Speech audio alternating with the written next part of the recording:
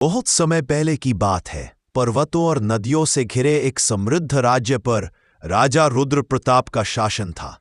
राजा वीर था, परंतु उसमें एक बड़ी कमी थी, अहंकार। उसे अपने बल, धन और सत्ता पर इतना घमंड था कि वह किसी की सलाह नहीं सुनता था।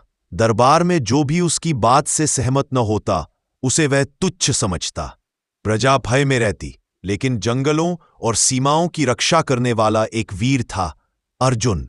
अर्जुन शांत स्वभाव का, पर अत्यंत साहसी और समझदार था।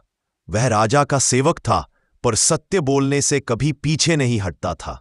एक दिन राजा ने जंगल में विशाल शिकार का आयोजन किया। उसने घोषणा की कि वह अकेले ही जंगल का सबसे बड़ा हिंसक जानवर मारेगा और अपनी बहादुरी सिद्ध करेगा। मंत्रियों और सेनापतियों ने उसे रोका, पर राजा ने किसी की न सुनी।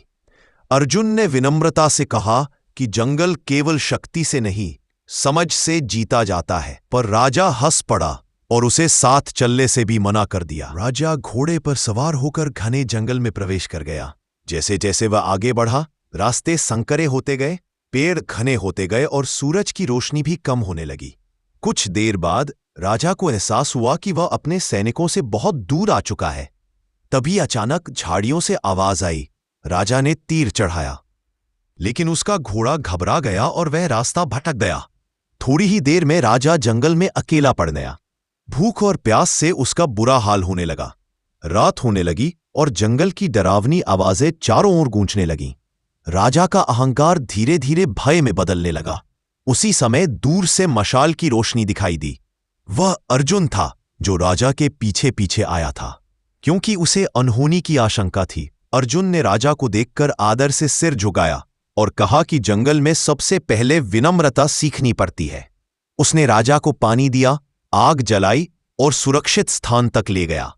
रास्ते में अर्जुन ने राजा को समझाया कि जंगल हर जीव को समान मानता है, चाहे वह राजा हो या साधारण मनुष्य। यहां केवल वही जीव बचता है जो प्रकृति का सम्मान करता है। अगली सुबह जब वे जंगल से बाहर निकले, राजा पूरी तरह बदल चुका था। उसके चेहरे पर घमंड नहीं, पश्चाताप था।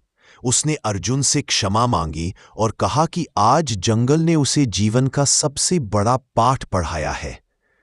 उसने समझ लिया कि शक्ति से अधिक मूल्य समझदारी, सहयोग और विनम्रता का होता है।